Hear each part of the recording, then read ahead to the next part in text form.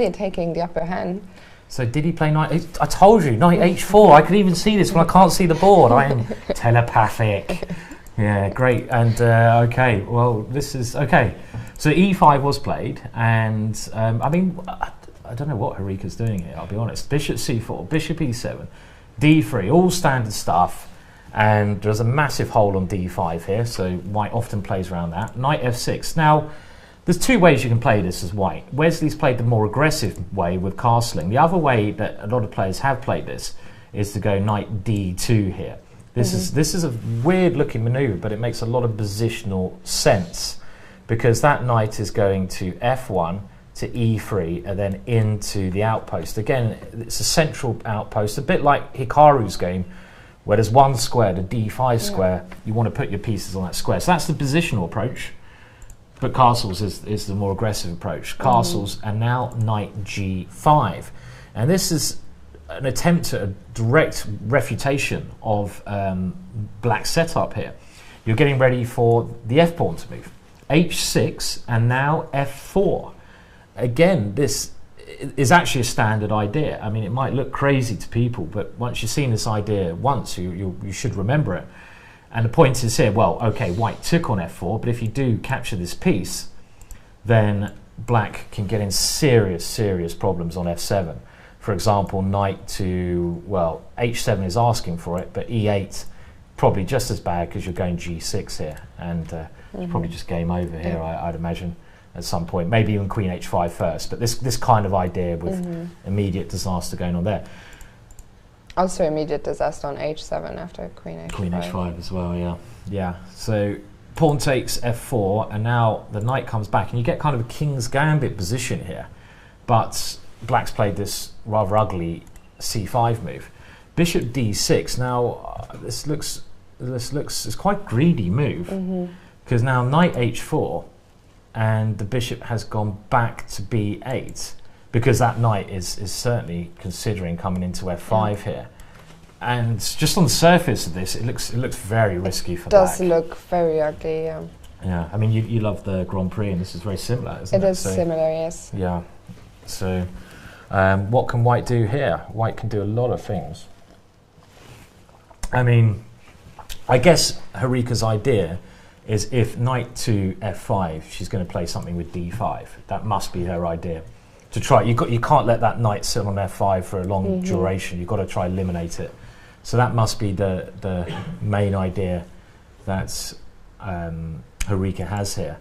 I mean, is the other idea, if you go bishop takes f4, just getting your pawn back, is Harika really going to go bishop takes bishop and g5? I mean, I don't know, even maybe. I'm wondering, I was wondering if I could go knight f5, but it might be a bit too much, because my queen doesn't really have any squares to come in. Yeah. Maybe black can get away with this, maybe, yeah. It looks very, maybe I can, I was wondering if I could just take on f6, play knight d5. I have a lot of pieces. Yeah. I thought this was a check though. You probably have to move this knight first. Yeah. Okay. You can go knight f5 now. Yep. Actually, because if d5 I take the knight now and I cover this square, and the queen's coming and over. And we're just an exchange down. I think this is looking quite promising for it. Yeah, this is. I like this. Yeah, really good active play here. With as you especially after knight d5, you can't go to g6 because of knight e7. Bang. So I like this for white. I like it a lot as well. And you got this queen coming to h5 as well. Black can't go queen g6 because you just take it because of the pin on the f pawn. So yeah, this might be the way to play. Yeah, good plan. Okay. Well, so what did she do? We're waiting for Wesley's move here. After bishop to b8, we're just waiting to see what Wesley will play here. There's probably other options, of course. Well, you know, and Harika looking fairly confident though by walking around, you know, and she's got her chocolate bar there, energy, and we'll come back to this one, shall we, a bit later on. So let's go to Arkady Naiditsch. We didn't look at his game yesterday at all. There's so many good games here that it's hard to cover all of them. He's on board 8 and he's playing position earlier. Let's see if Wesley went for your idea. So where are you, Wesley? At the top. Okay. And Right, so the last position we did have was after bishop b8. And we were considering just bishop takes pawn here, weren't we? With some sacrifice, looked quite promising. Instead, Wesley's gone for knight g6, and that is a very simple way of playing the position in actual fact. Because with this move, you're threatening the rook, and you're threatening to just win your pawn back. If you win the pawn back, you must be a lot better with your open f-file. And Harika had now played a good aggressive move, and I think she needs to. She now goes d5 because the bishop is stopping that f-pawn from taking. So she's gone d5, and this enters quite a forced variation because if Wesley takes the rook, Harika will take the bishop, and that knight is now trapped. So this will be very good for Harika. Instead, Wesley's taken on d5. Now Harika's got rid of that pesky knight. Wesley's taken on c6 with check. That king sidesteps to quite a safe-looking square. And now bishop takes f4. So materialistically... white is a pawn up, but then black can just take on c6. If she so wishes... God, the first question is, what's wrong with queen take the d4 check? I mean, is this is the first move. We need to just... let's, go for this Patsy check idea again. I think there's always a knight e2, so it doesn't work. But this check is increasing the pressure on f4. And if king h1, then you could try bishop takes bishop, winning a piece. But I think knight e2 holds things together here. I think. Well, it must do, otherwise Wesley will be lost.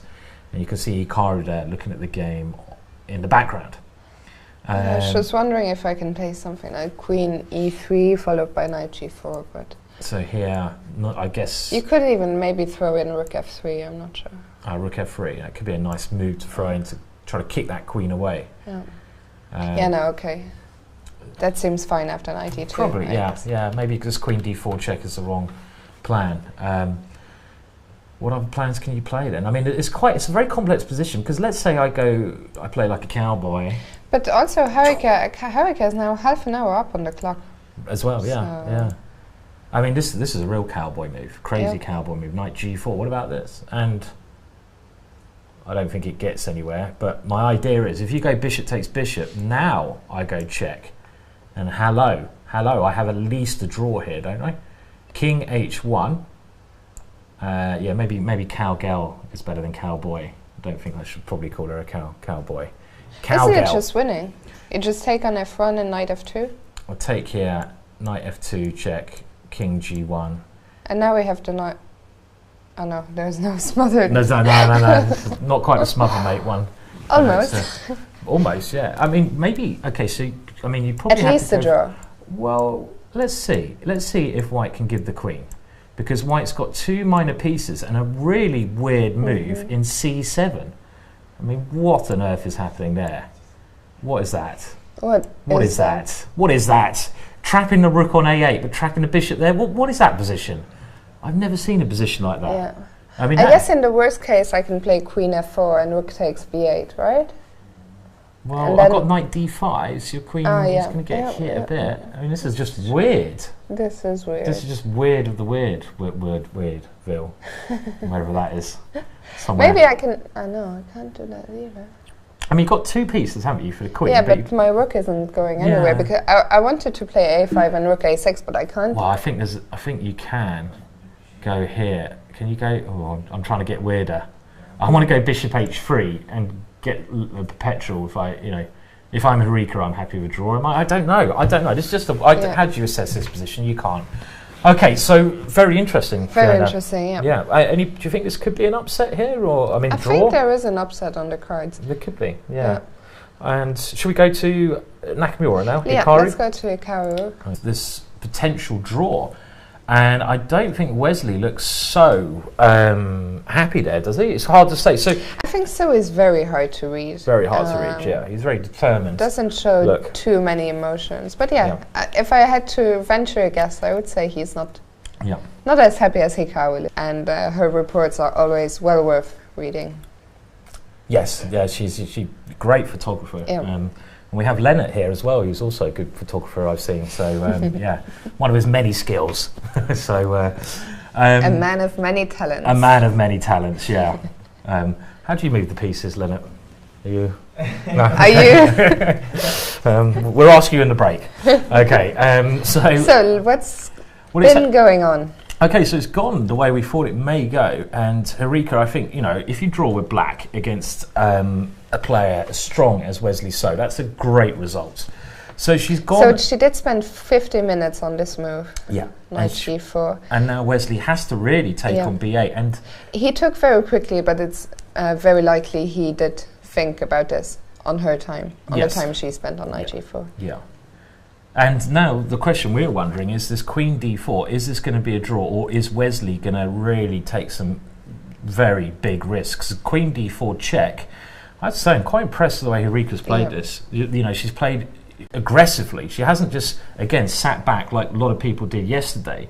She's played actively and aggressively. Has she, what's she played? Oh no, she hasn't played a move yet. So queen d4 check. And the critical line we're looking at was king h1.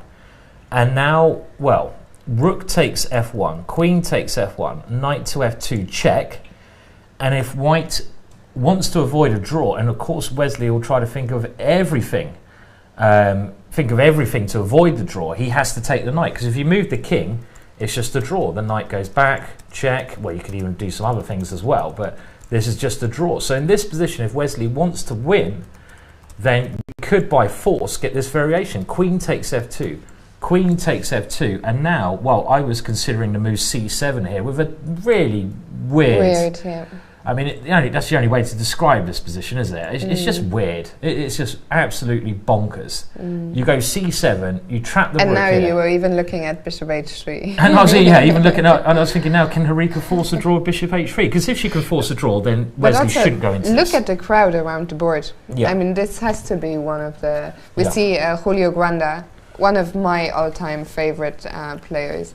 He's such a legend of the game. He is, yeah, from Peru, yeah? Yeah, I was devastated. Did you see he got to a live rating of 2699.3? Oh, really? And he should have played me. He should have. Yeah, so that would have guaranteed him to get a point or two. And then he didn't have the best of summers, I believe, but one of the few players, what's very interesting about him is he doesn't use computers so much. Right. Like, he doesn't follow modern theory, but he's just such a talented, such a gifted player. Yeah. And a lovely, very down-to-earth, very kind man. Yeah. Yeah, a great football player as well, I should say. Really? Yeah. Right, Saw him play in Reykjavik. Okay. Very impressive stuff. Okay, good stuff. We should have a look at one of his games someday as well, but let's stick with this one now. I mean, I was just wondering here, in this fourth variation, where if Wesley plays for a win, does bishop h3 force a draw? Because if this forces a draw by perpetual, then Wesley will have to take the draw before this, if you see what I mean. There's no point giving your opponent the option of doing this. Well, to start with, I don't think it does, because Wesley can always play bishop d5, worst case scenario. Can always play this.